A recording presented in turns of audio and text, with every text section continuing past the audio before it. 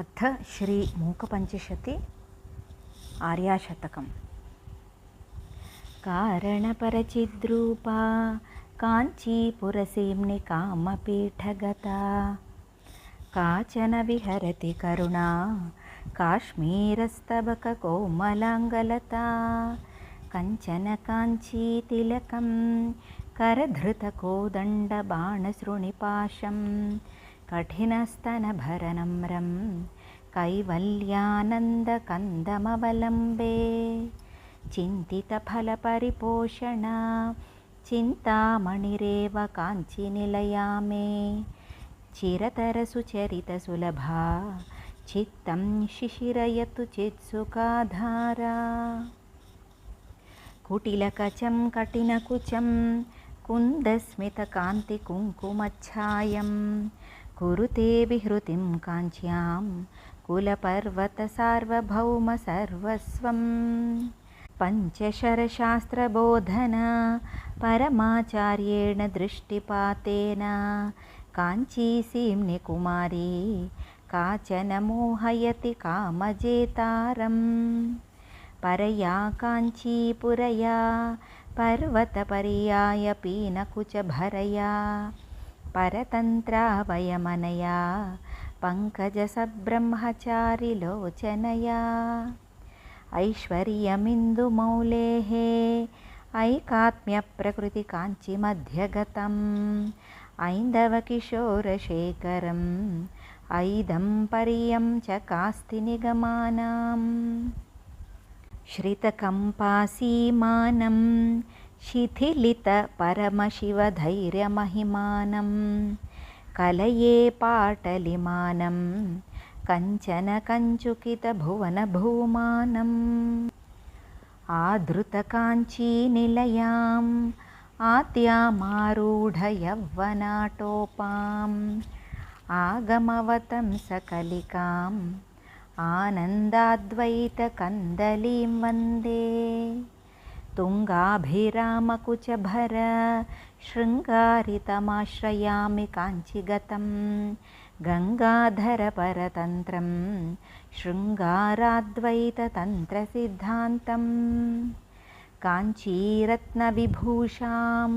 कामपि कन्दर्पसूतिकापाङ्गीं परमां कलामुपासे परशिववामाङ्कपीठिकासीनाम् कम्पातीरचराणां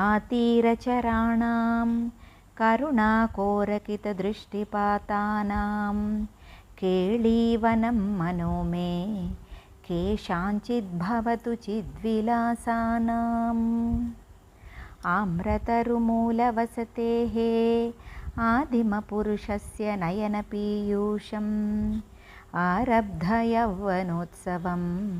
आम्नाय रहस्यमन्तरवलम्बे अधिकाञ्चिपरमयोगिभिः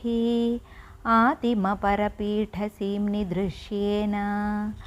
अनुबद्धं मम मानसम् अरुणिमसर्वस्वसम्प्रदायेन अङ्कितशङ्करदेहाम् अङ्कुरितो रोजकङ्कणाश्लेषैः अधिकाञ्चिनित्यतरुणीम् अद्राक्ष्यं काञ्चिदद्भुतां बालाम् मधुरधनुषा महीधरजनुषा नन्दामि सुरभिबाणजुषा चिद्वपुषा काञ्चीपुरे केळिजुषा बन्धुजीवकान्तिमुषा मधुरस्मितेन रमते मांसलकुचभारमन्दगमनेन मध्ये काञ्चिमनो मे मनसि च साम्राज्यगर्वबीजेन धरणिमयीं तरणिमयीं पवनमयीं गगनदहनहोतृमयीम् अम्बुमयीम् इन्दुमयीम् अम्बामनुकम्पमादिमामीक्षे लीनस्थितिमुनिहृदये ध्यानस्थिमितं तपस्यदुपकम्पं पीनस्तनभरमीडे मीनध्वजतन्त्रपरमतात्पर्यम् श्वेतामन्धरहसिते शातामध्ये च वाङ्मनोतीता शीतालोचनपाते स्फीताकुचसीम्नि शाश्वती माता पुरतः कदानुकरवै पुरवैरिविमर्धपुलकिताङ्गलतां पुनतीं काञ्चीदेशं पुष्पायुधवीर्यसरसपरिपाटीं पुण्या कापि पुरन्ध्री पुङ्कितकन्दर्पसम्पदा वपुषा पुलिनचरीकम्पायाः पुरमथनं पुलकनिचुलितं कुरुते तनिमाद्वैतवलग्नं तरुणारुणसम्प्रदायतनुलेखं तटसीमनिकम्पायाः तरुणिमसर्वस्वमाद्यमद्राक्षम् पौष्टिककर्मविपाकं पौष्पशरं सविधस्सीम्निकम्पायाः अद्राक्षमात्तयौवनम् अभ्युदयं किञ्चिदर्धशशिमौलेः संश्रितकाञ्चीदेशे सरसिजदौर्भाग्यजाग्रदुत्तंसे संविन्मये विलीये सारस्वतपुरुषकारसाम्राज्ये मोदितमधुकरविशिखं स्वाधिमसमुदायसारकोदण्डम् आदृतकाञ्चीखेलनम् आदिममारुण्यभेदमाकलये उररीकृतकाञ्चीपुराम्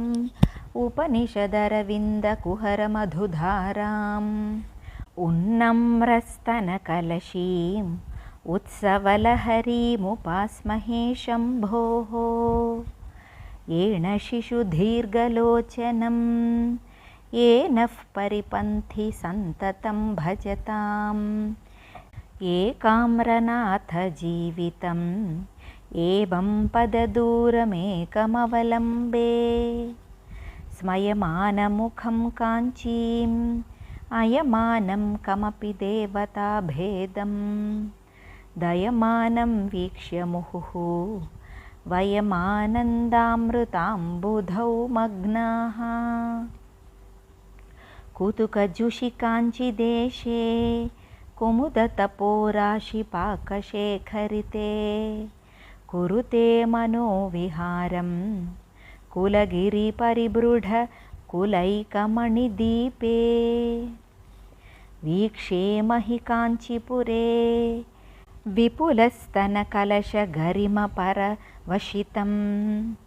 विद्रुमसहचरदेहं विभ्रमसमवायसारसन्नाहम् कुरुविन्दगोत्रगात्रं कूलचरं कमपि नौमि कम्पायाः कूलङ्कषकुचकुम्भं कुसुमायुधवीर्यसारसंरम्भम् कुट्मलितकुचकिशोरैः कुर्वाणैः काञ्चिदेशसौहार्दं कुङ्कुमशोणैर्निचितं कुशलपथं शम्भुसुकृतसंभारैः अङ्कितकचेन केनचित् अन्धं करणौषधेन कमलानाम् अन्तःपुरेण शम्भोः अलङ्क्रिया कापि कल्प्यते काञ्च्याम्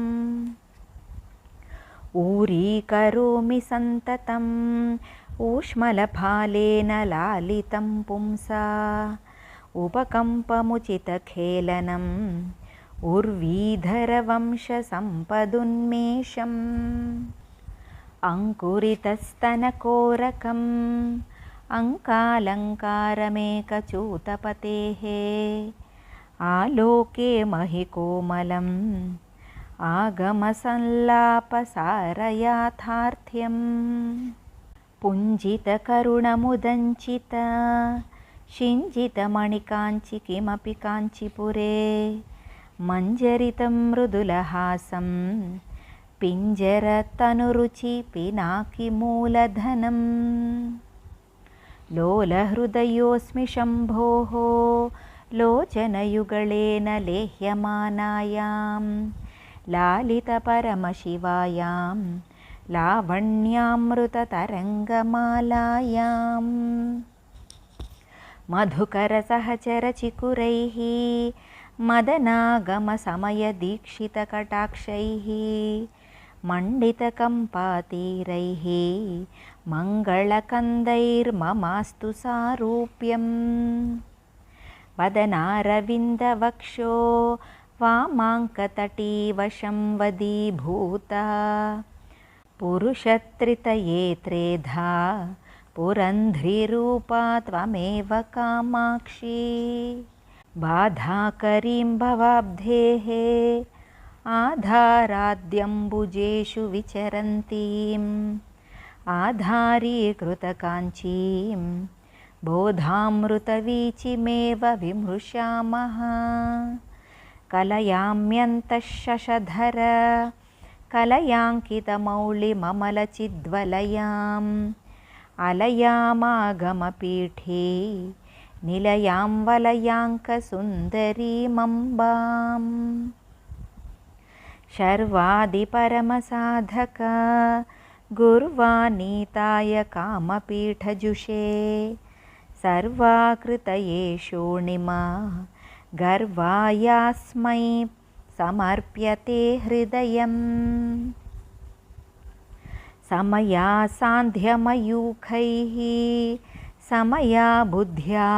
सदैव शीलितया उमया काञ्चीरतया न मया लभ्येत किन्नु तादात्म्यम् जन्तोस्तव पदपूजन सन्तोषतरङ्गितस्य कामाक्षी बन्धो यदि भवति पुनः सिन्धोरम्भस्सु बम्भ्रमीति शिला कुण्डलिकुमारिकुटिले चण्डिचराचरसवित्रि चामुण्डे गुणिनि गुहारिणि गुह्ये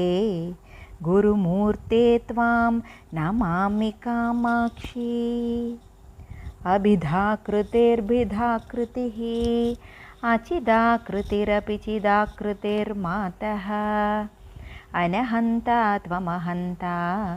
भ्रमयसि कामाक्षि शाश्वती विश्वम् शिव शिव पश्यन्ति समं श्रीकामाक्षी कटाक्षिताः पुरुषाः विपिनं भवनममित्रं मित्रं लोष्टं च युवतिबिम्बोष्ठं कामपरिपन्थि कामिनी कामेश्वरि कामपीठमद्य गते कामदुघा भवकमले कामकले कामकोटिकामाक्षी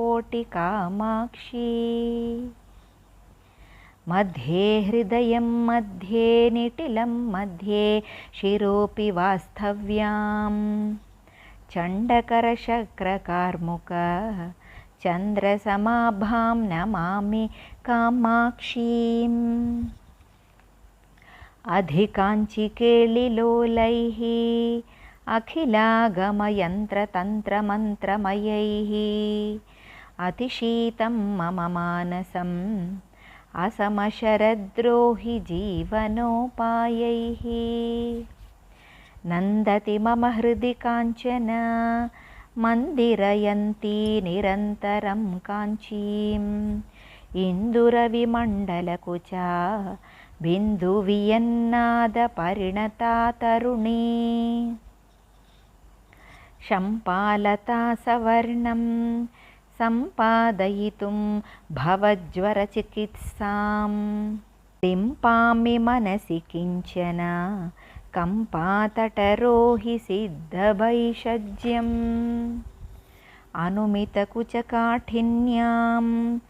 अधिवक्षः पीठमङ्गजन्मरिपोः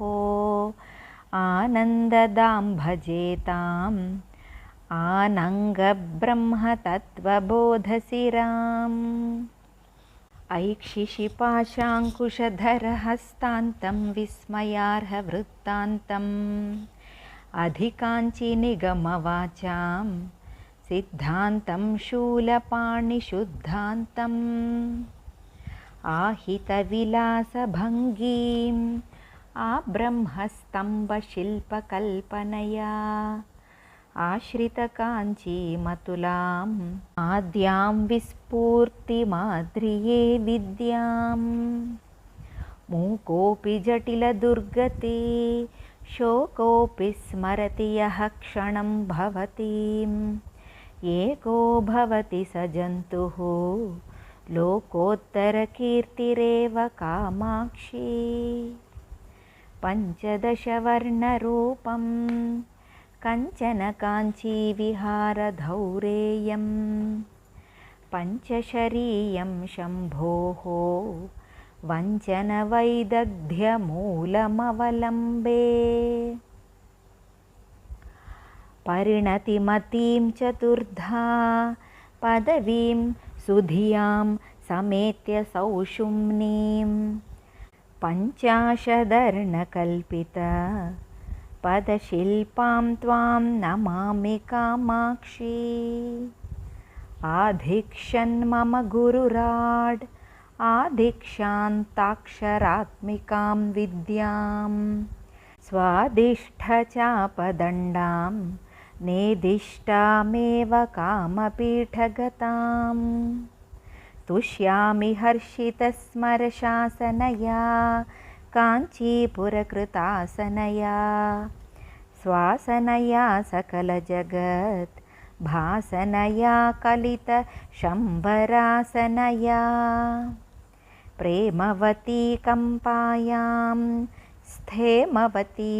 यतिमनस्सु भूमवती सामवती नित्यगिरां सोमवती शिरसि भाति हैमवती कौतुकिना कम्पायां कौसुमचापेन कीलितेनान्तः कुलदैवतेन महता कुट्मलमुद्रां धुनोतु नः प्रतिभा केनापि मिळद्देह यूना स्वाहा सहायतिलकेन सहकारमूलदेशे संविद्रूपा कुटुम्बिनी रमते कुसुमशरगर्वसम्पत् कोशगृहं भाति काञ्चिदेशगतं स्थापितमस्मिन् कथमपि गोपितमन्तर्मया मनोरत्नम् दग्धषडध्वारण्यं दरदलितकुसुम्भसम्भृतारुण्यं कलयेनवतारुण्यं कम्पातटसीम्नि किमपि कारुण्यम् अधिकाञ्चिवर्धमानाम् अतुलां करवाणि पारणामक्ष्णोः आनन्दपाकभेदाम् अरुणिमपरिणामगर्वपल्लविताम् बाणशृणिपाशकार्मुका पाणिममुं कमपि कामपीठगतं येणधरकोणचूडं शोणिमपरिपाकभेदमाकलये किं वा फलति ममान्यैः बिम्बाधरचुम्बिमन्दहासमुखी संबाधकरी तमसाम् अम्बा जागर्ति मनसि कामाक्षी मञ्चे सदाशिवमये परशिवमयललितपौष्पपर्यङ्के अधिचक्रमध्यमास्ते कामाक्षी नाम किमपि मम भाग्यम् रक्ष्योऽस्मि कामपीठी लासिकया घनकृपाम्बुराशिकया श्रुतियुवतिकुन्तली मणिमालिकया तुहिनशैलबालिकया लीये पुरहरजाये माये तव तरुणपल्लवच्छाये चरणे चन्द्राभरणे काञ्चीशरणे नतार्तिसंहरणे मूर्तिमतिमुक्तिबीजे मूर्ध्निस्तबकितचकोरसाम्राज्ये मोदितकम्पाकूले मुहुर्मुहुर्मनसि मुमुदिशास्माकम् वेदमयीं नादमयीं बिन्दुमयीं परपदोद्यदिन्दुमयीं मन्त्रमयीं तन्त्रमयीं प्रकृतिमयीं नौमि विश्वविकृतिमयीं पुरमथनपुण्यकोटि पुञ्जितकविलोकसूक्तिरसधाटी मनसि मम कामकोटि विहरतु करुणा विपाकपरिपाटी कुटिलं चटुलं पृथुलं मृदुलं कचनयनजघनचरणेषु अवलोकितमवलम्बितम् अधिकं पातटममेयमस्माभिः प्रत्यङ्मुख्या दृष्ट्या प्रसाददीपाङ्कुरेण कामाक्ष्याः पश्यामि निस्तुलमहो पचेळिमं किमपि परशिवोल्लासम् विध्ये विधातृविषये कात्यायनि काळिकामकोटिकले भारति भैरवि भद्रे शाकिनि शाम्भवि शिवे स्तुवे भवतीं मालिनि महेशचालिनि काञ्चीखेलिनि विपक्षकालिनि ते शूलिनि विद्रुमशालिनि सुरजनपालिनि कपालिनि नमोऽस्तु देशिक इति किं शङ्के तत्तादृक्तवनु तरुणिमोन्मेषः कामाक्षि शूलपाणेः कामागमसमय यज्ञदीक्षायां वेतण्डकुम्भडम्बरा वैतण्डिककुचभरार्तमध्याया कुङ्कुमरुचे नमस्यां शङ्करनयनामृताय रचयामः अधिकाञ्चितमणिकाञ्चन काञ्चीमधिकाञ्चि काञ्चिदद्राक्षम् अवनतजनानुकम्पाम् अनुकम्पाकूलमस्मदनुकूलाम् परिचितकम्पातीरं पर्वतराजन्य सुकृतसन्नाहं परगुरुकृपया वीक्षे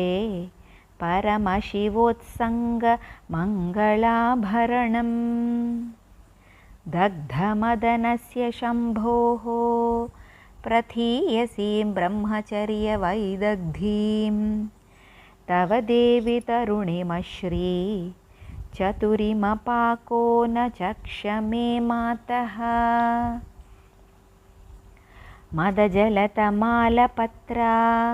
वसनितपत्रा करादृतखनेत्रा विहरति पुलिन्दयोषा गुञ्जाभूषा फणीन्द्रकृतवेषा अङ्के शुकिनी गीते कौतुकिनी परिसरे च गायकिनी जयसि सविधेऽम्बभैरव मण्डलिनी श्रवसि शङ्खकुण्डलिनी प्रणतजनतापवर्गा कृतबहुसर्गा ससिंहसंसर्गा कामाक्षि मुदितभर्गा हतरिपुवर्गा त्वमेव सा दुर्गा श्रवणचलद्वेतण्डा समरोद्दण्डा धुतासुरशिखण्डा देवि कलितान्त्रषण्डा धृतनरमुण्डा त्वमेव चामुण्डा उर्वीधरेन्द्रकन्ये दर्वीभरितेतभक्तपूरेण गुर्वीमकिञ्चनार्तिं खर्वीकुरुषे त्वमेव कामाक्षी। ताडितरिपुपरिपीडन भयहरण निपुणहलमुसला क्रोडपतिभीषणमुखी क्रीडसि जगति त्वमेव कामाक्षी। स्मरमथनवर्णलोला मन्मथहेला विलासमणिशाला कनकरुचिचौर्यशीला त्वमम्बबाला कराब्जधृतमाला। विमलपटी कमलकुटी पुस्तकरुद्राक्षशस्तहस्तपुटी कामाक्षि पक्ष्मलाक्षी कलितविपञ्ची विभासि वैरिञ्ची। कुङ्कुमरुचिपिङ्गमसृक् पङ्किलमुण्डाळिमण्डितं मातः जयति तव रूपधेयं